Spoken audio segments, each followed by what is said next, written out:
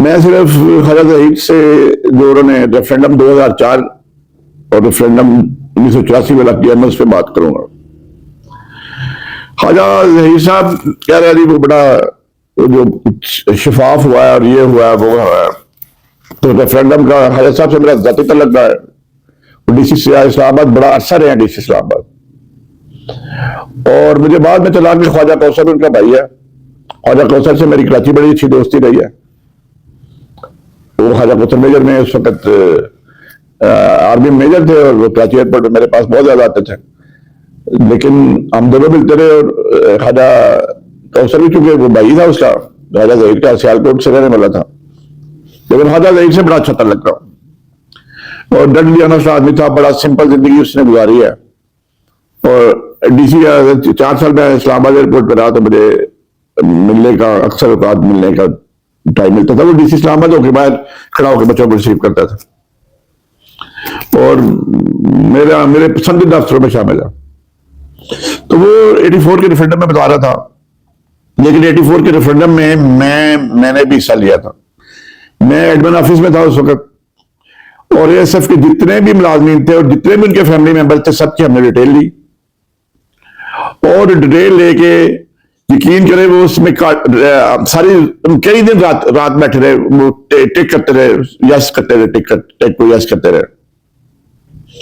تو اس طرح کا ریفرینڈم ہوا تھا کہ یہ 97 الیکشن کیا کہہ رہا تھا چوری کرنے کے لیے ضیاء اللہ کا ہے, وہ سب سے بڑا چور خود تھا. کیونکہ ہم جیسے سرکاری ملازموں کو اس میں استعمال کیا تھا ریفرینڈم میں, میں نے نہ چاہتے ہوئے بھی اپنے ٹیک کیا تھا کیونکہ اوپر چیک ہو رہا تھا.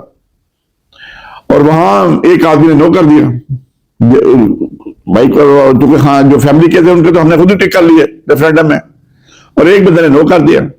تو وہاں حال ہو گئی. اس وقت نذیر علی صاحب چیف سیکورٹی افسر تھے, انہوں نے اس پہ پھر دربار کر دیا کہ ہمیں گورنمنٹ کی حمایت کرنی چاہیے, ہمارا سیاست سے کیا تعلق ہے, گورنمنٹ والوں کی حمایت کرنا چاہیے. تو میرے جیسے بندے نے نہ چاہتے ہوئے بھی اس کو ووٹ دیا تھا جو کہ چیک تھا. اور اسی طرح میں نے انہوں نے 2004 ریفرینڈم کی بات کی, لیکن خواجہ صاحب نے ایک بڑی اہم بات بتائی کہ میں نے 10-12 ہزار پوسٹل بیلٹ آئے ہوئے تھے. وہ پوسٹل بیلٹ وہی تھے جو ہم بناتے تھے جا کے وہاں پی ڈی ایئرپورٹ کے ایڈمن آفس میں جا کے ہم دہلی وہ بناتے تھے. لیکن وہ کہتے تھے 12,000 میں سارے ہی, کچھ پہ تو ضیاء اللہ کو گالیاں لکھی ہوئی تھی, کچھ پہ مرد محمد لکھا ہوا تھا. 2% 10,000 12,000 میں 2% یا 3% ٹھیک تھے, وہ ٹھیک وہی تو جو نا یس کیا ہوا. اور ساتھ ایک منسٹر کا بیٹھتا ہے بتا رہا تھا, وہ بھی زبردستی گھس گیا اس میں, تو اس نے لوگوں کو ووٹ ڈلوانے کی کوشش کی. وہاں ووٹ تو لوگ تو نکلے نہیں تھے ریفرینڈم میں, وہ خود ہی صدر بن گیا تھا. وہ کہتا تھا اگر آپ اسلام آپ کو چاہیے تو میں صدر ہوں 5 سال کے لیے. سوال بھی یہی تھا کہ کیا آپ اسلام چاہتے ہیں, تو انہوں نے کہا جو چاہتے ہیں وہ یس کرے. یس کا مطلب یہ ہے کہ آپ صدر پاکستان ضیاء اللہ کو ہوگا. اسی طرح کا جو مشرف نے کروایا تھا ریفرینڈم, تو اتفاق میں اس وقت جو ہے کوئٹہ ایئرپورٹ پہ تھا, اور کوئٹہ ایئرپورٹ پہ 2002 میں میرا خیال کروایا تھا اس نے ریفرینڈم. کوئٹہ ایئرپورٹ پہ ایئرپورٹ کے باہر ہی بوتھ بنا ہوا تھا, نہ کوئی شناختی کارڈ چیک کرتا تھا, نہ کچھ ہے, بس جو جاتا تھا اس کو بیلٹ پیپر مل جاتا تھا. اور وہاں میں نے اوپنلی کھڑے ہو کے میں نے نو کیا تھا, اور اس بوتھ میں سے 500 ووٹوں میں سے 79 جو ہے وہ نو ہوئے تھے, جس میں میرا بھی شامل تھا. بلکہ میں نو کر کے بجائے بیلٹ پیپر کے ڈالنے کے اس کو میں اپنے ساتھ لے گیا, اور میں سب کو ایئرپورٹ پہ دکھاتا رہا کہ میں نے دیکھو جی میں نے نو کیا, میں نے اس کو شریف کو. تو اس کے بعد میں جا کے ڈالا وہ بیلٹ پیپر, یونیفارم میں میں کیسے روکتا تھا. تو یہ ریفرینڈم جو ہے, دوسرا ریفرینڈم تو وہ بتا رہے تھے کہ وہ منیلا میں تھے اس وقت, یہ اصل میں یہ کمرشل اٹیچی بن کے چلے گئے تھے بینکاک میں.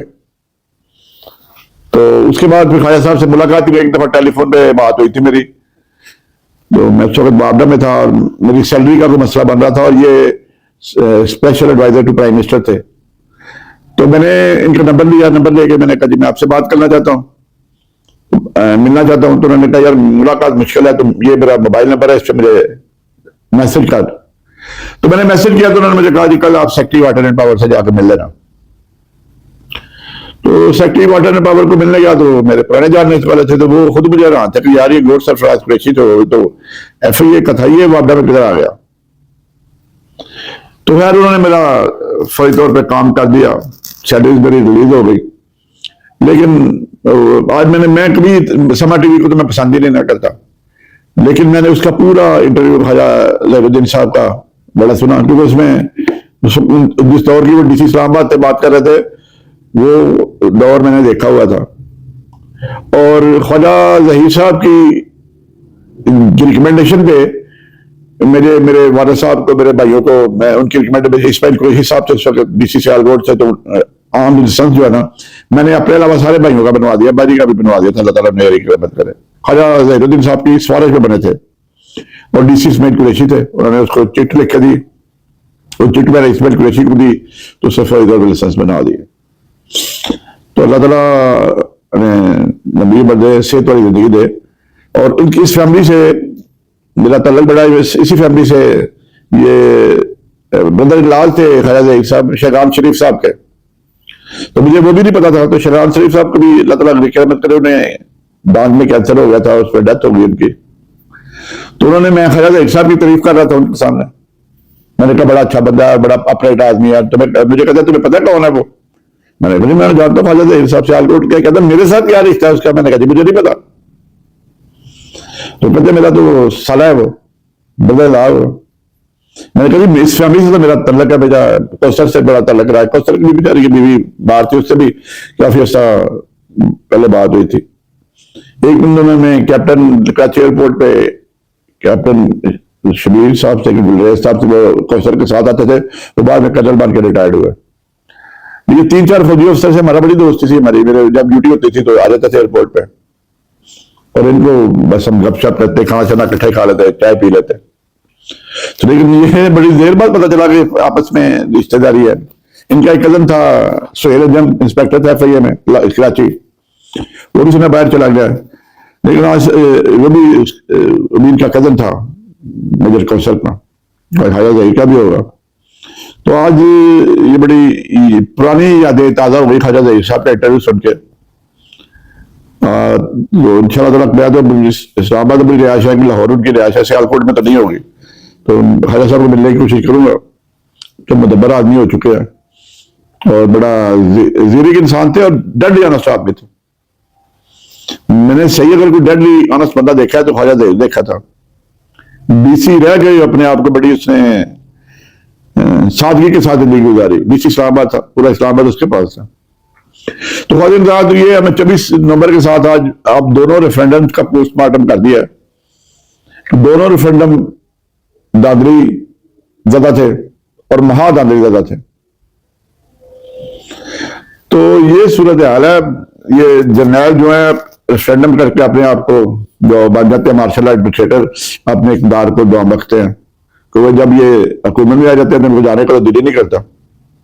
مشرف بھی جس طرح ضیاء اللہ 11 سال وردی میں رہا، اور وردی میں ہی اس کی موت واقع ہوئی، اس کا پتہ نہیں چلا کہ اس کی ڈیڈ باڈی بھی کدھر جل کے راکھ ہو گئی ساری. اور جو فیصلہ آباد میں دفن ہے وہ کہتے ہیں اس کی 32 دفن ہے. اور پریزیڈنٹ مشرف بھی، حالانکہ اس پریزیڈنٹ مشرف کے زمانے میں ایک بات تھی، مہنگائی نہیں تھی، مہنگائی کو اس نے کنٹرول کیا تھا. ڈالر اس کے زمانے میں 60 روپے کا تھا، جب 300 روپے کا ہو گیا. لیکن اس کی موت بھی دیکھے بڑی بری طرح ہوئی، بڑی تکلیف زدہ موت تھی اس کے لیے. تو یہ لوگ اپنی جو ہے آخرت بھول جاتے ہیں. آخرت کو کبھی نہیں بھولنا چاہیے. کل نفس ذائقۃ الموت، موت جس ہر زندہ چیز کو موت آنی ہے، اور ہمیشہ قائم والی رحم والی ذات اللہ تعالیٰ کی ذات ہے. تو اس لیے ہمیں اقتدار میں رہ کے بھی اللہ تعالیٰ سے ڈرنا چاہیے. اور یہ جیسے فارم 47 والی گورنمنٹ فرون بنے ہوئے ہیں، اس فرونیت کرتے ہیں، تو ان کا جو دیکھ رہے کہ ضیاء اللہ کا کیا حال ہوا تھا، مشرف کا کیا حال ہوا تھا.